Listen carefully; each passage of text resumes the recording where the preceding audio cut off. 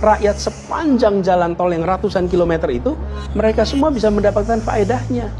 Manajemen konflik soal pembebasan lahan yang ada di jalan tol saat ini sudah betul. Jadi Anda jangan buat perubahan yang ngawur.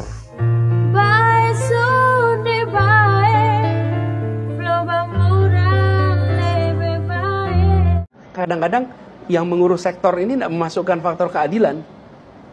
Saya beri contoh, Bang. Soal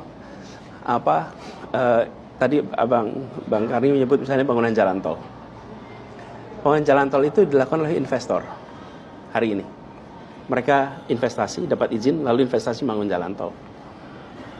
Dengan ada pembebasan lahan. Iya. Lalu dibangunlah jalan tol.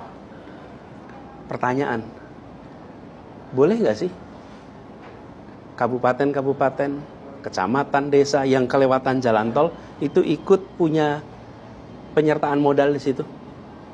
Kalau tanahnya tidak diakuisisi, tapi tanahnya dimasukkan sebagai penyertaan modal, boleh sehingga gak? Desa itu memiliki share di dalam jalan tol yang panjang ini.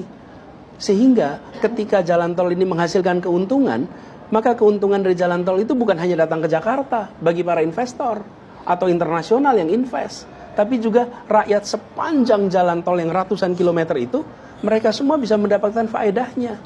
Dan ketika kemudian ada dividen tahunannya bukan hanya berujung di kantor-kantor di Jakarta dan rumah-rumah di Jakarta, tapi biarkan dividen itu dirasakan juga oleh rakyat-rakyat yang ada di sepanjang jalan itu. Untuk Pak Anies, beta pemuda yang tidak berpendidikan dari NTT, beta mau bilang bahwa apa yang Anda sampaikan itu di luar nurul. Kenapa beta bilang begitu? Ya karena kalau Anda berpendapat bahwa kabupaten, kecamatan, hingga desa punya saham di dalam jalan tol, maka pertanyaannya apakah kabupaten, kecamatan, hingga desa sanggup membeli tanah dari warga dengan harga yang lebih tinggi dari pemerintah pusat? Jangankan kabupaten, kecamatan, hingga desa, bos. Pemerintahan sebelum Pak Jokowi saja punya banyak masalah soal pembebasan lahan. Makanya banyak bangunan mangkrak. Dan salah satu faktor paling berpengaruh adalah soal harga tanah yang tidak adil bagi warga. Jadi bicara itu jangan semanis bibir, bos. Pada umumnya, tanah yang dibangun jalan tol itu bukan milik kabupaten, bukan milik kecamatan ataupun desa, melainkan itu awalnya milik warga. Kemudian dibeli oleh negara. Setelah menjadi milik negara, barulah investor masuk untuk bangun jalan tol. Lalu kalau Anda berpendapat bahwa tanah itu tidak usah diakuisisi, melainkan dikonversi untuk menjadi penyertaan modal bangun jalan tol, maka pertanyaannya, kalau satu jalan tol melewati 1000 lahan, apakah 1000 warga pemilik lahan juga punya saham di dalam?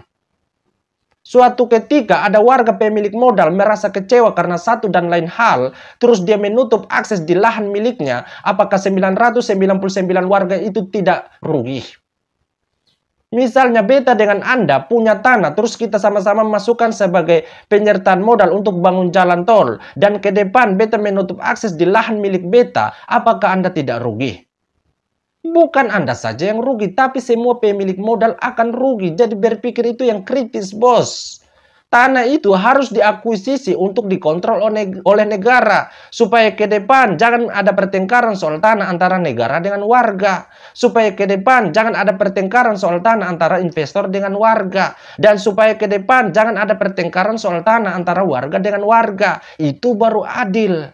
Manajemen konflik soal pembebasan lahan yang ada di jalan tol saat ini sudah betul. Jadi Anda jangan buat perubahan yang ngawur.